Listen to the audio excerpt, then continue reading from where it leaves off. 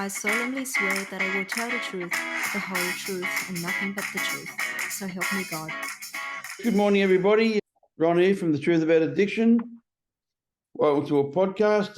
Today's guest is Kim Ballas. Kim is a lovely lady from Canada, from Montreal in Canada, and she's been good enough to come on our podcast and share her experience, strength, and hope. And I've read a little bit of Kim's story, which is quite inspirational, and I know that she does a lot of stuff to help other people, and that's what I'm all about. If people are helping people, I want to know about those people, you know. So, Kim, welcome to The Truth About Addiction.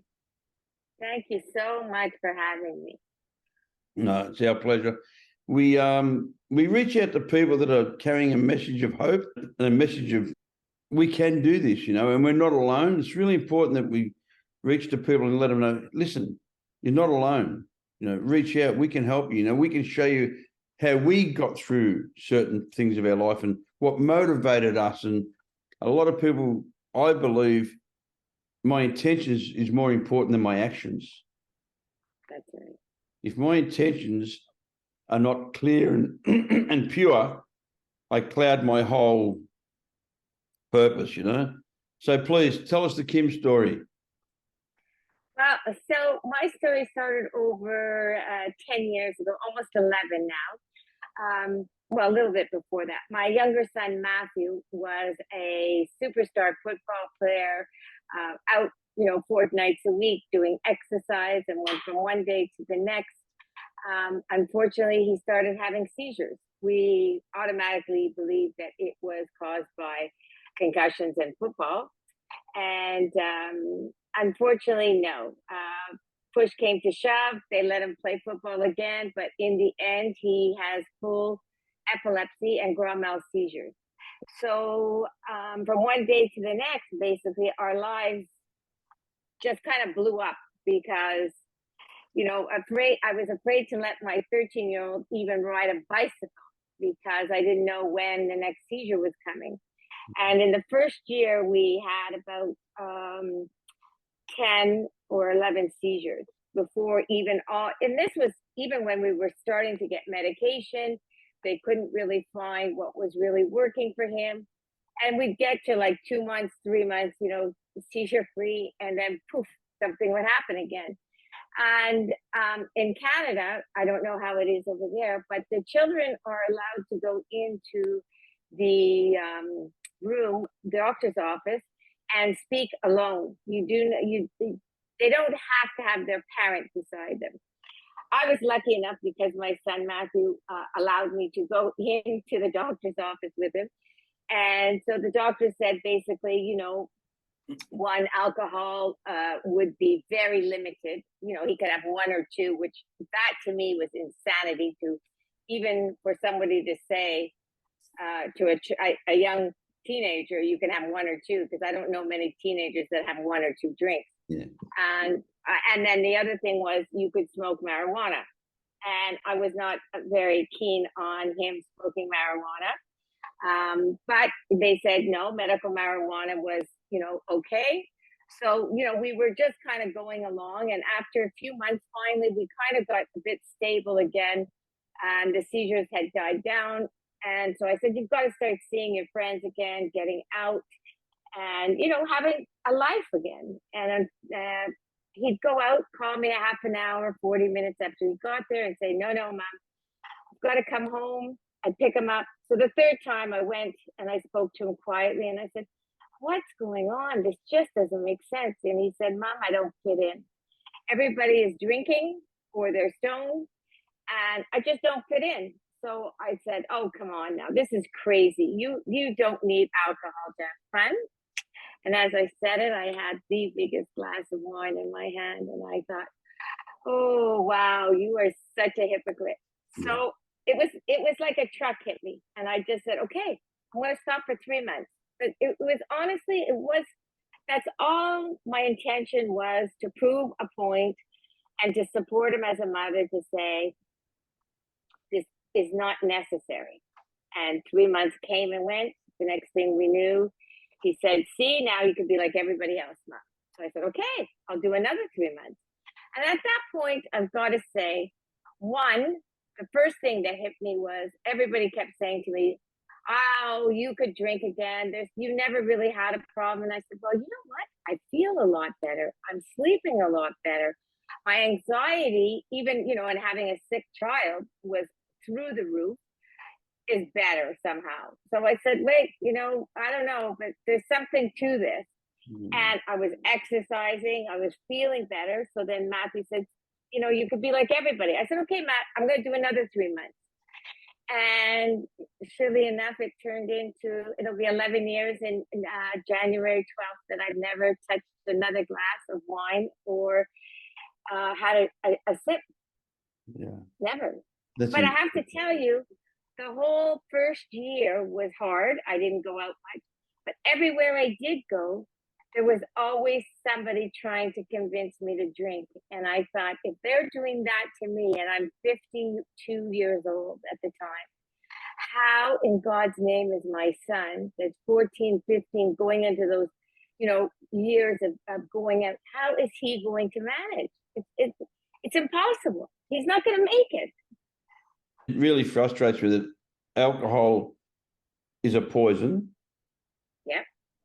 It's got no medical benefits whatsoever, except unless you rub it on the skin to kill bacteria and germs. It's celebrated. Well, you look down upon if you don't drink it. Like, what's wrong with you?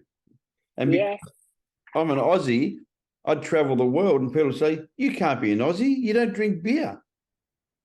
Then people say to me, you've always got that one person at a party or at a function, just have one, and trying to force the issue. Yes. And I started to get to a point where because I came from the other side of the tracks, I came from a pretty dysfunctional world. I came from a criminal background and a really violent background. And I'd say to them, "Okay, if I have one, then I beat you up and I steal your wife, what are we going to do then?" And I'd say, "I'm allergic to alcohol. I can't guarantee my behavior once I put a chemical in my body." But, the reality, the part that I really loved about that part of your story is you started functioning better. You started feeling better. You started looking better. Yes. You Yes. were better. And it was like all of a sudden, like a light went off. It was like I was living a full life instead of half a life. Because I had a pretty good life before that. It didn't seem like I was out of control. I didn't seem like there was, that much wrong. But in fact, there was. There really was. That's why they talk about it being insidious. Because we don't know, that old saying, you don't know what you've got till you've lost it.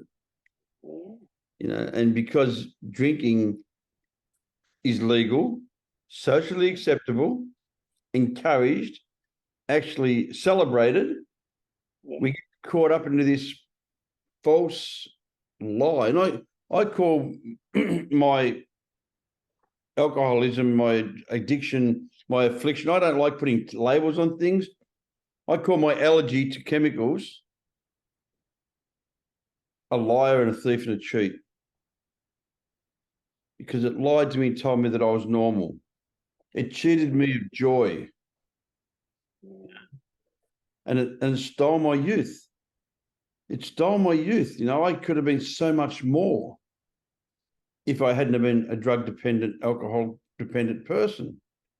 And, I stay clean because it's better. Yeah.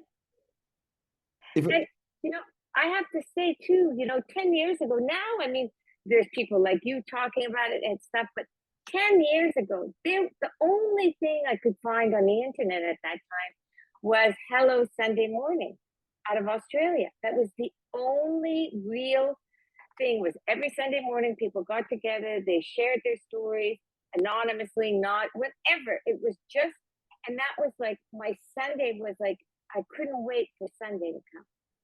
yeah. And that's when I thought this, we started a Facebook page, not knowing what we were doing.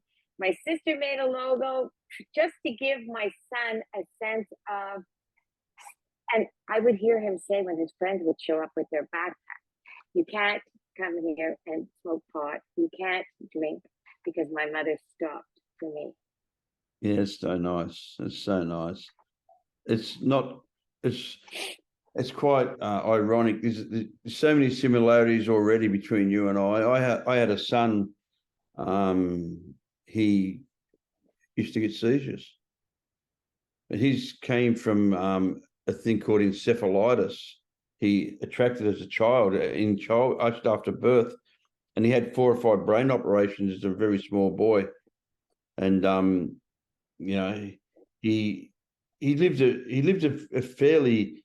They said he wouldn't live very long, but he actually lived to 35. And he was incredibly sick, and he never seen my life really, because I'd separated from his mum. So he'd only heard all the stories about his dad being a bad guy and his dad being naughty, and his dad was going to prison and all that sort of stuff. So he was a little bit protected, but he never drank alcohol because of the same effect. It would have really serious effects on him. And when I got into my recovery and I started to go and see him, he used to sort of boast to people and say, "My dad doesn't drink." And by that time, he was a man. He was 25, 26 years of age by the time we were starting to see each other again, So, and I have 40-year-old twin daughters who I met their mum in rehab. So after I'd met their mother and I'd got sober and I relapsed, I got off I came back really quickly from the relapse. So I had a responsibility. People say, "Oh, you can't get clean for your kids." Yes, you can. You mightn't stay clean for your kids, but you can get clean for your kids. I disagree with that, and I've been doing this for 42 years, and I hear the old people, "You can't get clean for somebody else. You can't do it for somebody else." Yes, you can. I did. And for me, that's what I think today. I think it's all about, not judging anybody for the way they choose to get clean. It doesn't have to be just one thing. It can be many things. It can, whatever works for you, just do it, right? Like, I mean, I'm not going to judge you no matter what you do. If you get clean and you're happy and you're not drinking, if you have to exercise every single day for hours, go ahead. If you have to do yoga, if you have to do meditation, I don't know, people do all kinds of things. But no matter what it is, if it works, so be it. And we can probably all learn something from somebody else, the way that they get into a good, happy, stable life, functioning life, and living. 100%. I'm one of these type of people that I went to the ashrams in India in early recovery because I wanted to learn how to meditate. And then I walked the path of Jesus at Jerusalem. I went to Jerusalem and walked the path of Jesus, and I read the Quran and I read the Bible, and I went to Buddhism, and I went and lived in Thailand for a little while, and and all these things I did while I was searching, and I was trying to find this spiritual connection. The truth is, it was always in me. Everything I was searching for was here already. It was already in me. I just had to acknowledge it and embrace it and celebrate it. And believe it. Believe it, right? 100%. 100%, and I don't care, people talk about 12-step programs, they talk about the church, they talk about yoga, they talk about meditation. I'm on the same boat as you are. As long as you're clean and you're enjoying your life, you're not harming people, go for it. Go for it. And I think that most people, that wherever way they choose, they end up helping other people. And that's what it's really about recovery. Is, to me, in the last 10 years, I've met people from all over the world, and one better than the next. I mean, it's unbelievable, the sensitivity that these people, that they feel, the passion, the creativity. It's like wow, it's unbelievable. Yeah. The gifts that they have, and I just feel that it just was. I believe in affirmations. I believe in sending people one positive word after I am every morning and every night.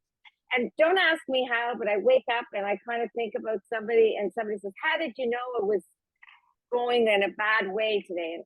I don't know, something, or my phone. I open my phone and they're there, and I think, "Oh, okay."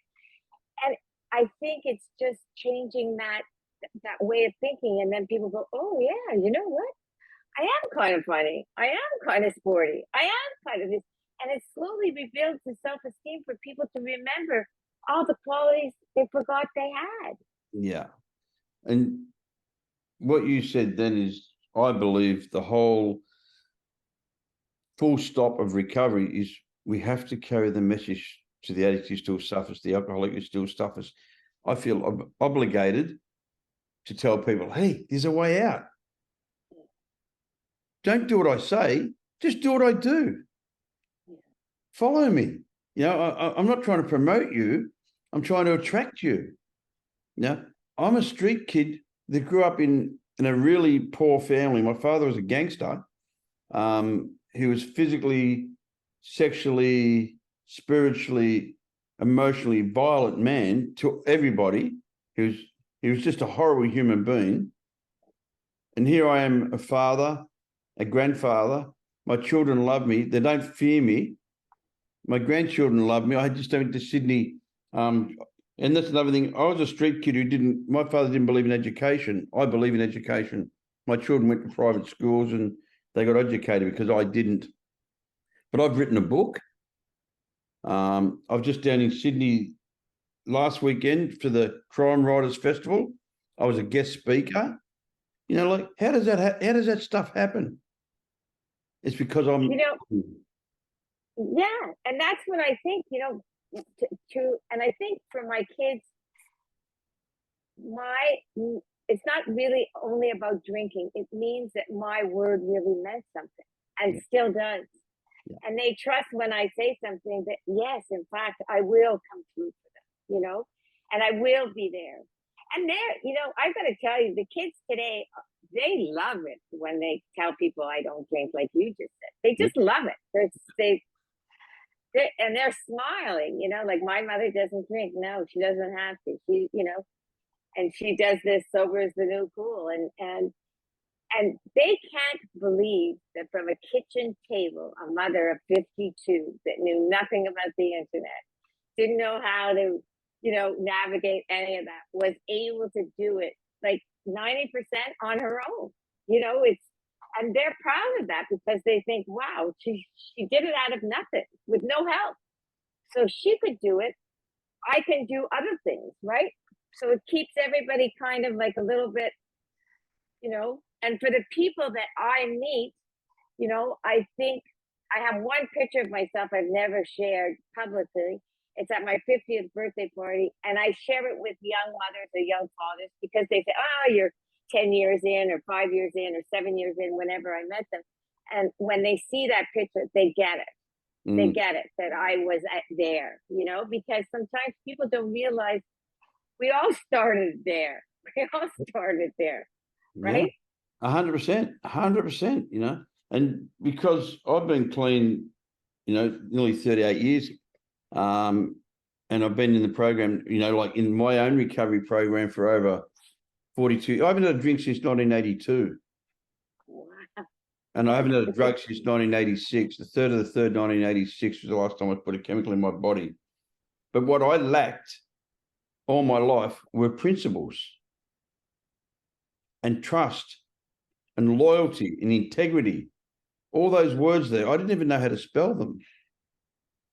And what recovery gave me was integrity and a sense of pride, a pride of achievement of pride.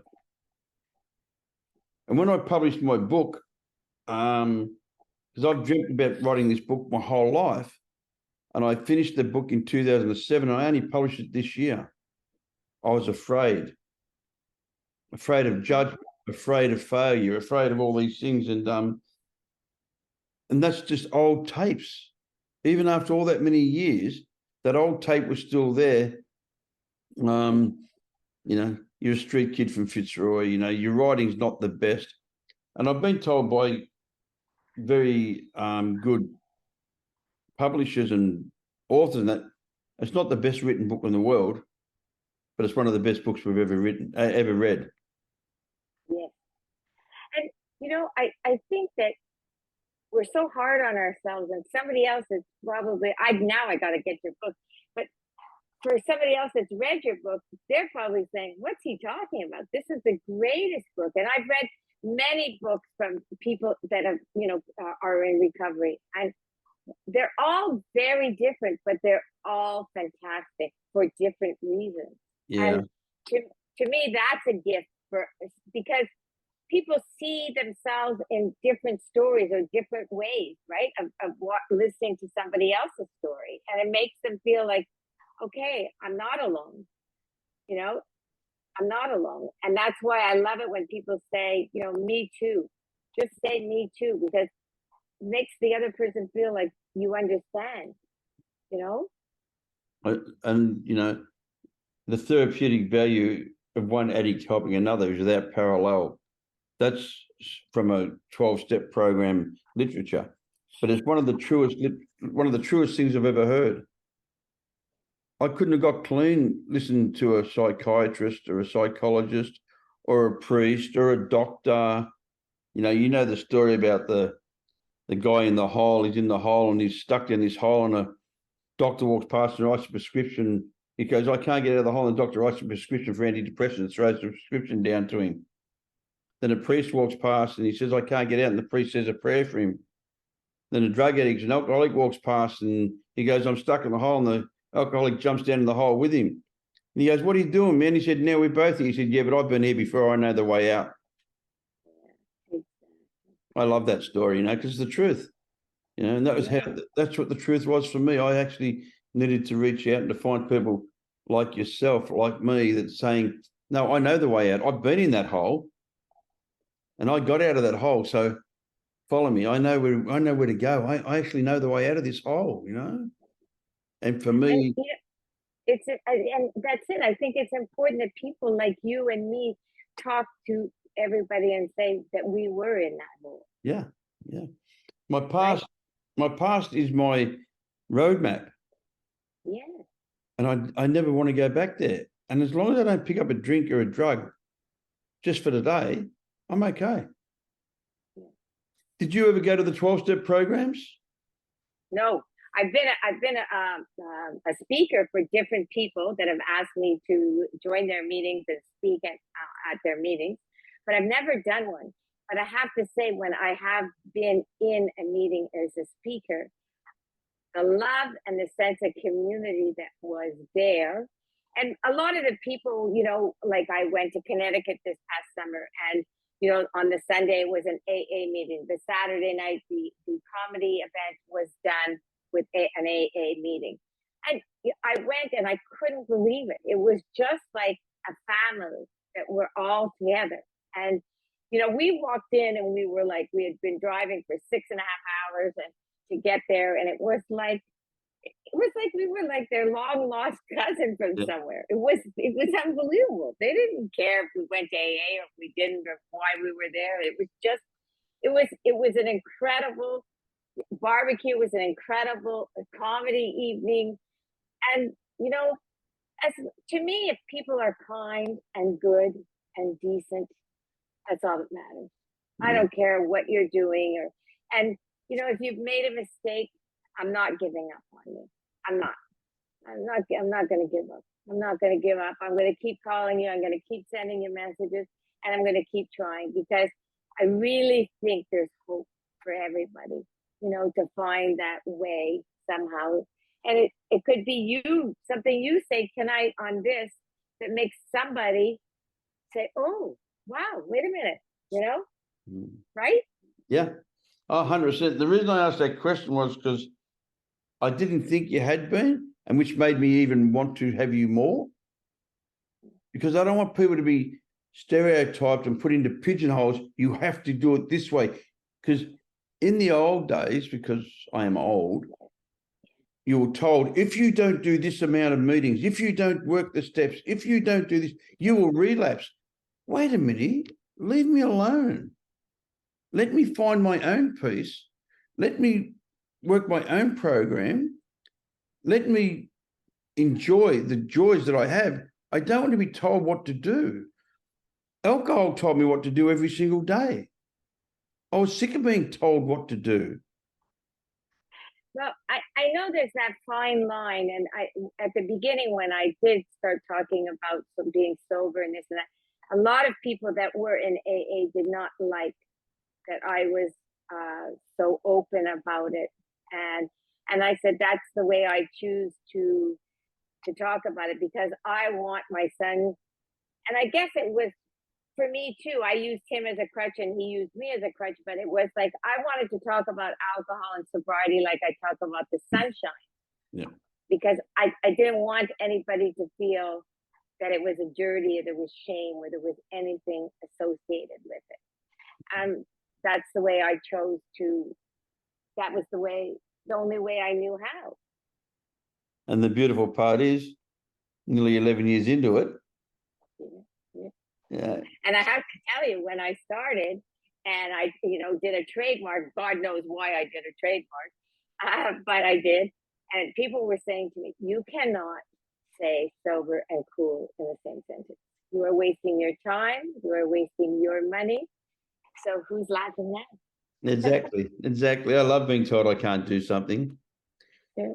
I went to rehab in 1981 and I was voted out of 160 people the one least likely to get sober.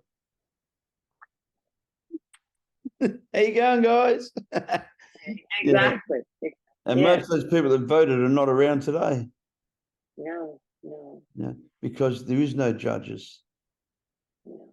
There is no fixed hard, you must do this, you must do. The only thing you must do is you must not pick up one day at a time. I met a young girl, and that's what her saying is. Head to pillow, sober. That's her when she finishes her AA meeting, because she does AA. But till the next AA meeting, which is at 6 p.m. at the end of her workday, that's what she has to keep saying to herself. Head to pillow, sober. Yeah, it's nice. And, I believe recovery is all based around giving. And that's why you're staying sober, and that's why you've maintained this incredible sobriety for so long, because you didn't come in here. It's a terrible word, but I call them shoplifters. A lot of people get sober and then they don't want to give anything. They just want to take everything. They're like a leech. They suck the blood. They go into 12-step programs. They don't give anything. They go to a church, they don't give anything. I believe the joy's in giving. Yeah. The guy that plays Machete, Danny Trejoya, in a lot of the movies and that, the Mexican, he's been sober for over 50-something years. I know. And Danny says, everything I have today is a direct result of me giving. He said, I got my career because I was helping somebody else in a movie, and the director seen me and said, I want you to be in the movie. I met my wife because I was helping somebody else. Everything I have today is a direct, and I'm exactly the same. Everything I have today has been a direct result of giving. Everything I do is based around trying to help other people. Yeah. And I get paid back tenfold. But that's not why I do it. My motivation is not to get paid back. My motivation is because that's who I've become. Yeah. I've become this person who likes to give. I have a saying, when I was an alcoholic drug addict, I was a human taking. I wasn't a human being. And today I'm a human being. And it's really nice to be part of the society. And I'm not talking about society as a whole. I'm talking about the recovery society. People who embrace me and understand me and recognize the struggles, because we still have struggles. Just because we get sober doesn't mean that everything's perfect. A van pulls out the front and drops money off to my house every second day. It's not like that. It's not like that. I still have to work. I went back to prison in recovery. It was horrifying. I've had all those things. I've been married. I've been divorced, I've had death, I've had, births, but that's just life on life's terms. I still haven't found anything worth using over. I haven't found anything And that you can fix. what would it change, right? What would it change? There are moments, that's living, right? There's good and bad. So what's it going to change? It's not going to change losing somebody. It's not going to change, the situation. It's going to just make it worse because the next day is going to be horrifying. Yeah, it compounds it. For me at least, Yeah, but what you said then is exactly true. It compounds it. It makes it worse. And we still have to come back and face up to whatever excuse that we used to drink or drug over. We still have to come back and face our demons. We still have to come back and face our feelings, and feelings can't kill you. Somebody says sometimes I feel like crap. Well, you're not crap. I feel, I have a real sadness for people who self-harm, because I believe drinking and drugging is a form of self-harm. We're just doing it on the inside. We're not doing that, but we're doing that, which is still killing us. It's still self-harming, and I have, I had a daughter who was self-harming once, and I had a sister who self-harmed, I had a sister die from this disease, and I've had a brother die from this disease. And I use the word disease because it's convenient. I call it an affliction. It's an affliction, it's an analogy. When I put a chemical in my body, I can no longer guarantee my behavior. I do find though, the first drink, some people say, is your choice, and then after that it's not a choice. So I do think it's a disease. I think that alcohol is just a band-aid for what's really deep down inside, that's the trauma or the sadness or the fear or the anger, and it's just to stop it from, dealing with it. It is only a symptom. The drink and the drug is only a symptom. I've always broken the word down to dis-ease, like I didn't feel comfortable with myself. I wasn't at ease. And I thought that if I took the alcohol, it would make me at ease. And that's why I use the word dis-ease, but I've got to always clarify to people, I'm not talking about a medical disease. I have an affliction. I have an allergy. Once I put a chemical in my body, I can no longer guarantee my behavior. And I love what you said. In the very beginning, you said something that's just so true. I felt better. I acted better. I thought better. I looked better.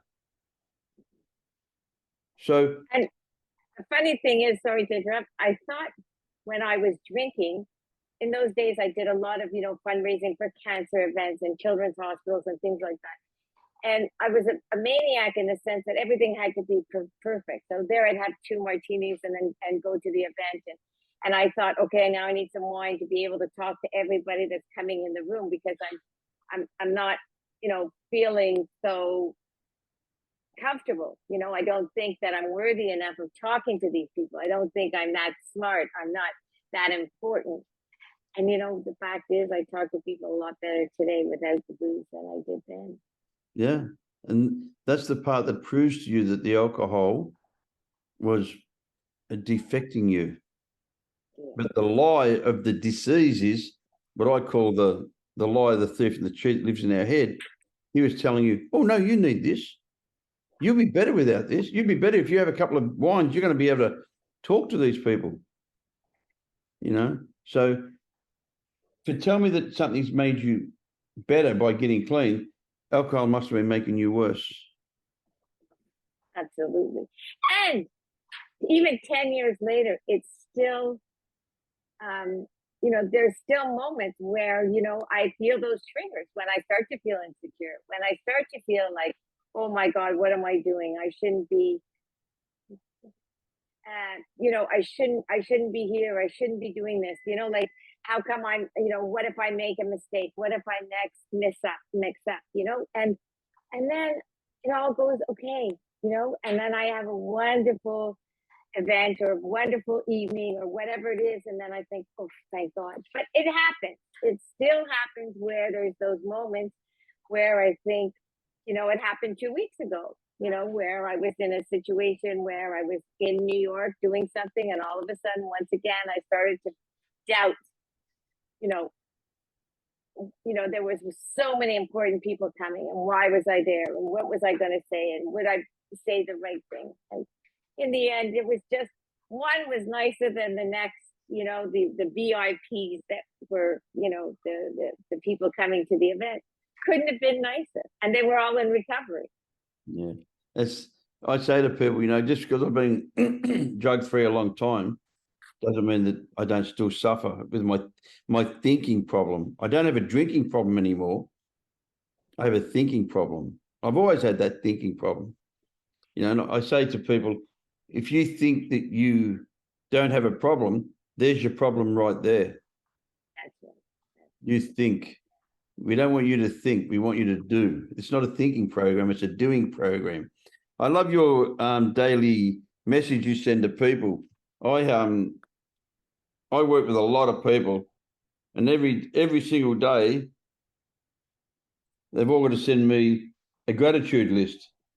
Oh, I send back their hands. Every single morning I send this, this guy, morning, mate, today I'm grateful it's a new day, grateful for what I have, grateful that I don't have to pick up, grateful I got a good wife, grateful I'm 121 days sober. And he's working on respect. Today he's working on respect. I have 8 demands. My whole program is based on 8 demands. That is my recovery. And I use that in all my affairs. I use that in my companies. I've used that in my relationship with my wife, my children, my friends. And it's been very successful. It's been an incredibly successful program. But those were the things that I was lacking. Because when I got clean, I didn't talk to anybody. When I first got sober, I didn't know how to talk to people because I was brought up where you don't talk, especially about feelings. In my house, you never talked about what went on inside the house. It was sacred. If your mum and dad had a fight, you weren't allowed to talk about it. No, God, no. No. If something happened in the house, you weren't allowed to talk about it. You never talked about anything. So I never talked about anything, and I was so closed, so completely shut down that I had to try to anesthetize the pain of not having skills to live one day at a time in a world that was so foreign to me. Because other people are normally open. They're normally honest, accepting, reliable, congruent, thorough, consistent. They're all those things naturally. I had to work on those things. And I had to work on them things on a daily basis. So today my whole program is based around the 8 demands that I believe, I call them the 8 demands, that I have to do on a daily basis to live a life of freedom. Not freedom from alcohol or drugs, freedom from self. Freedom from this thing up here that tells me I'm useless, worthless, and hopeless. The thing that tells me that I'm not good enough. No, exactly. And I think that when people hear things like that, it, gives them kind of like a map of how to go forward. Exactly. Because I think at the beginning, it's so hard for everybody. They don't know. There's so much going on that, when you make it kind of like, okay, here's step 1, here's step 2, here's step 3, and kind of, make it simple enough that, because when it gets too complicated and read a book and do this and do that, it's just like, okay, wow, it's too much, right? So doing one thing at a time, 8 things like that, anyone can do it. Yeah, 100%. I'm reading a 500-page encyclopedia about oh my God, why your brain works like this and that, and do this and whatever. Just start. I think when people are starting, they need that.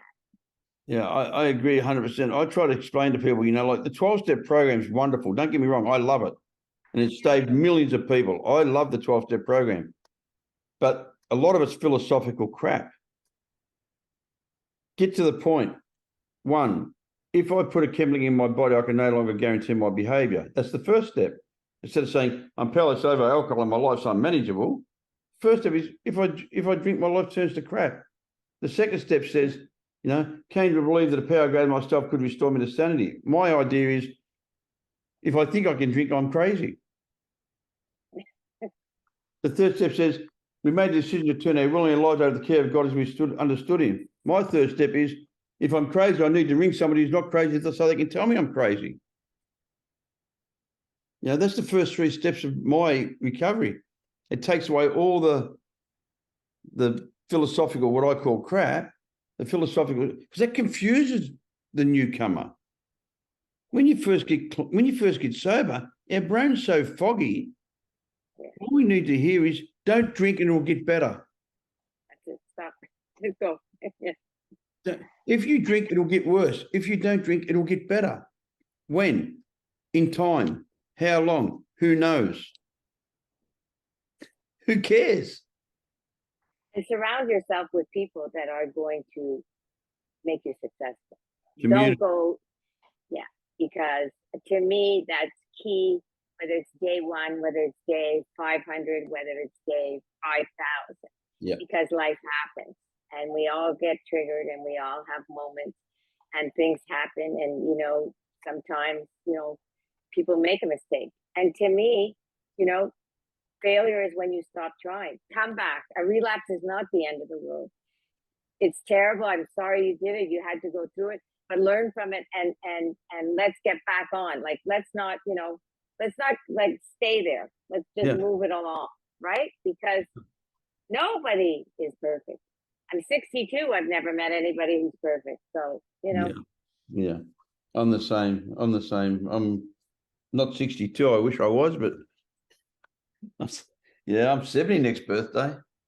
That's good. I think it's good we're here. What a blessing. Because, and I think for the younger people, it shows them that, I have a woman that stopped drinking at 80 and her grandchildren 2 years ago, because she'll be 3 years sober in February, said, we want you to wear your sober is the new cool t-shirt for Christmas, because we got our grandmother back.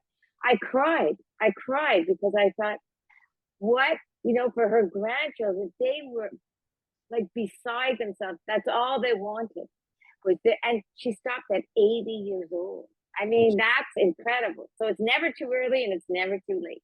That's so beautiful. I got approached last night by a lady. She said, my sister's a policewoman and they got a 13-year-old boy who's really out of control, drug addict. Will you work with him? I said, of course I will. I said, not too young? I said, no.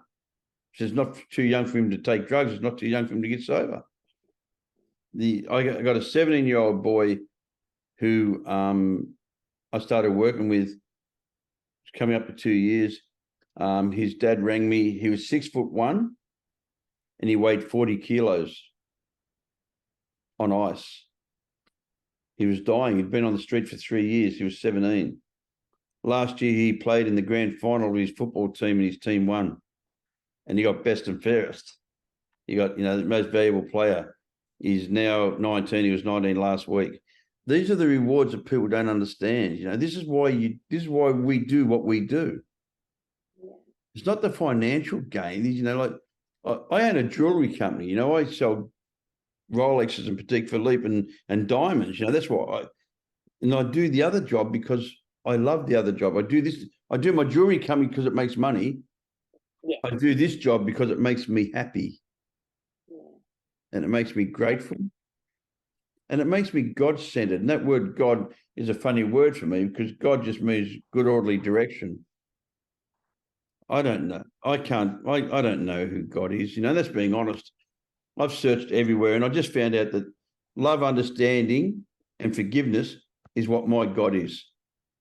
And I feel that in my heart. So therefore, I feel like I found God. I found God and he works through other people, through yourself. So you tell me that story, that 80-year-old woman, my heart and soul connected for a moment. It was like, okay, I felt emotion. I'm going to cry. That's because my heart's always beating, but my heart and soul are not always connected. And when those connections happen is when I feel recovery. Because I believe I'm a human being first. I'm a man second. I'm an alcoholic addict third. And everybody focuses on the addict alcoholic instead of focusing on the human being. I don't care what color you are, what race you are, what religion you are, what your sexual preferences are. It's not relevant. You know, I hate. You have to be good, though. There's no hate. I will not tolerate hate. That's the one thing I have trouble with. You know, when people hate on other people or judge other people, I have trouble with that because I know they're sad. I know they're hurting, but, you know, just try and be kind. You know, We're not allowed to say that word. Yeah, we're not allowed to say that word hate in my house. My children aren't allowed to say hate. You know, when they're little babies and they go, I hate this kid, I hate. I say, stop.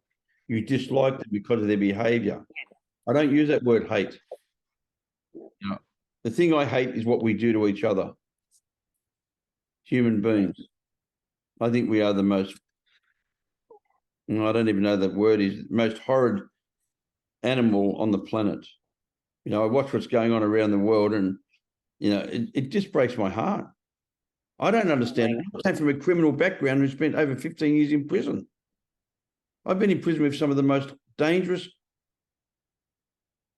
bad, unspiritual human beings in the world.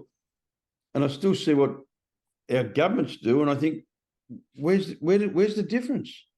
We're bombing areas or we're killing this or we're shooting that. And it's like, come on, guys, please. It's 2023. We can't sit down and talk about it.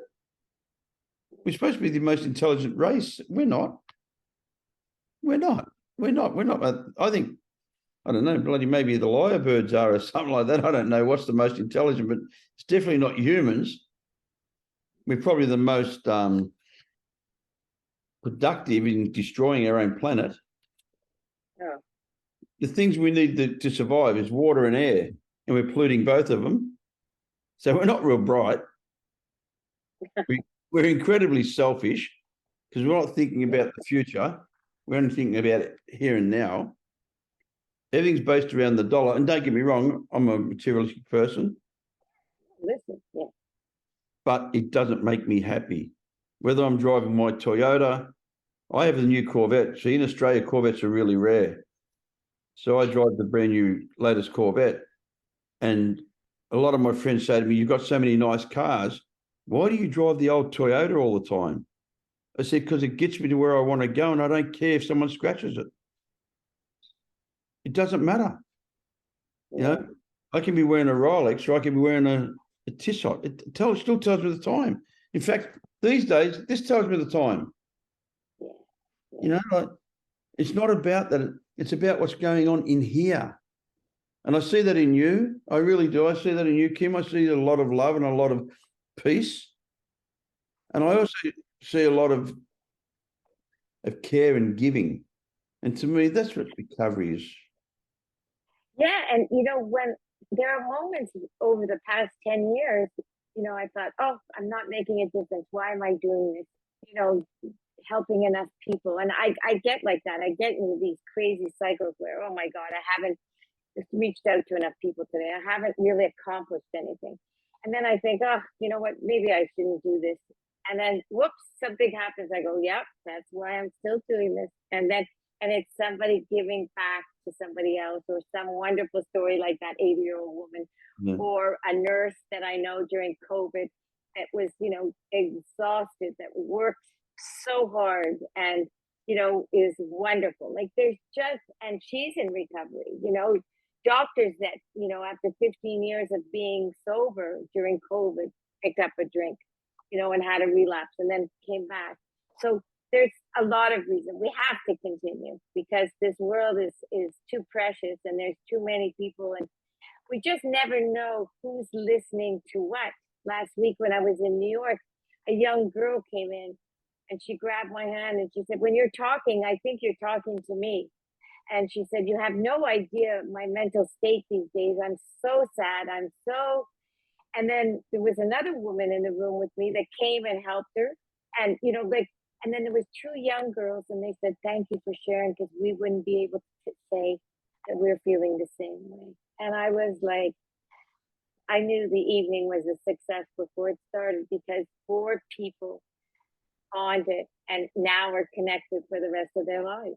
Yeah. And that's what it's all about. Yeah. In my notes I wrote down here, I don't write much notes, it just said helping people.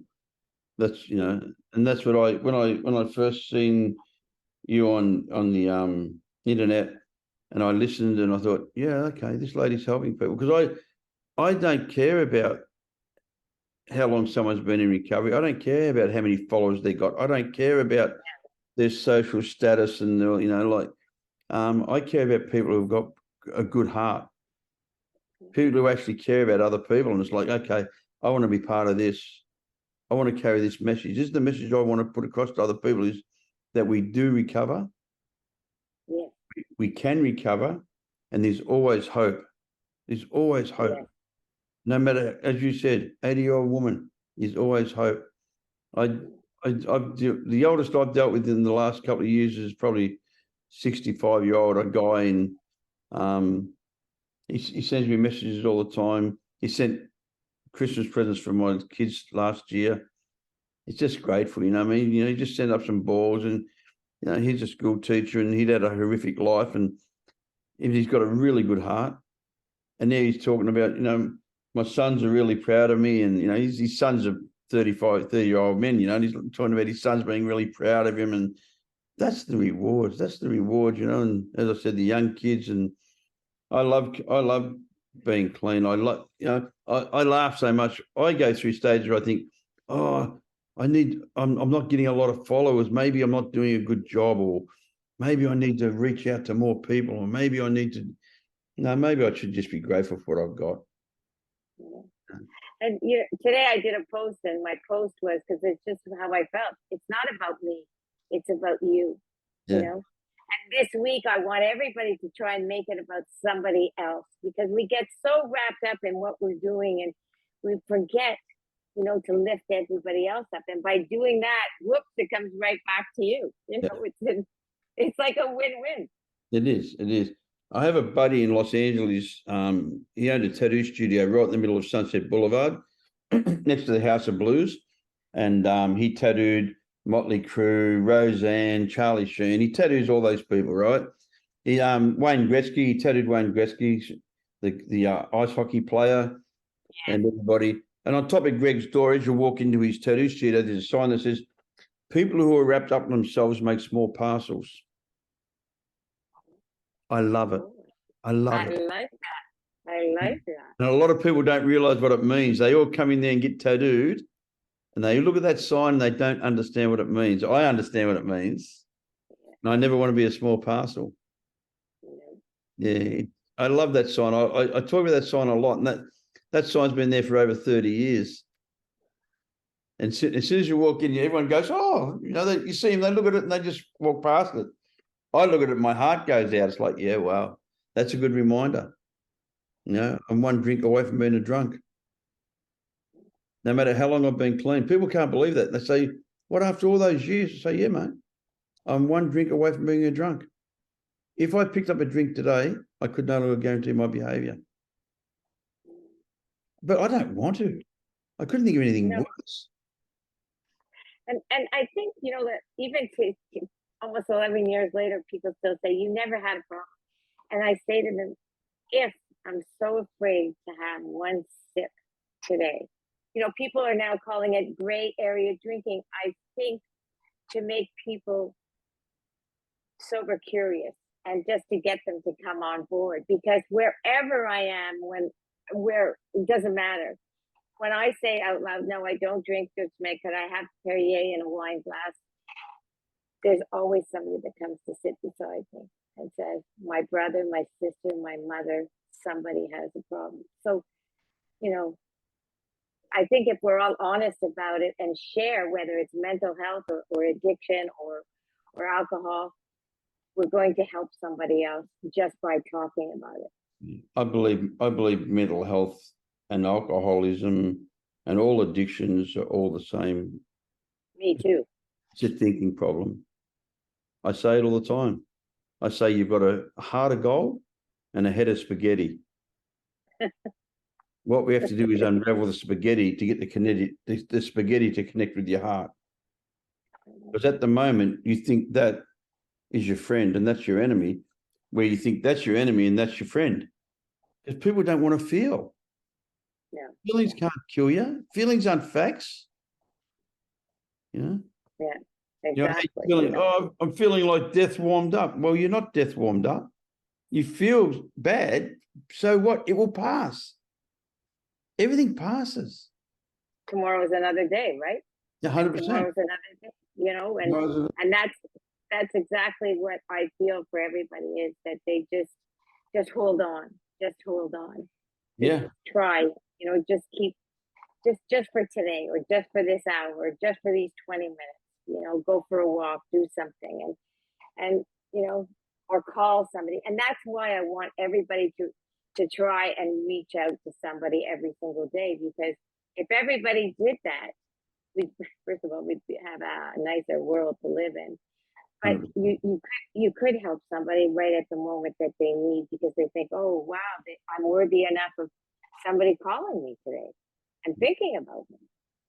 It's such a beautiful concept, and I love what you're doing. I really do. I love the name Savor is the New Cool, because to me it is the cool. It is cool. Thank you. Thank you.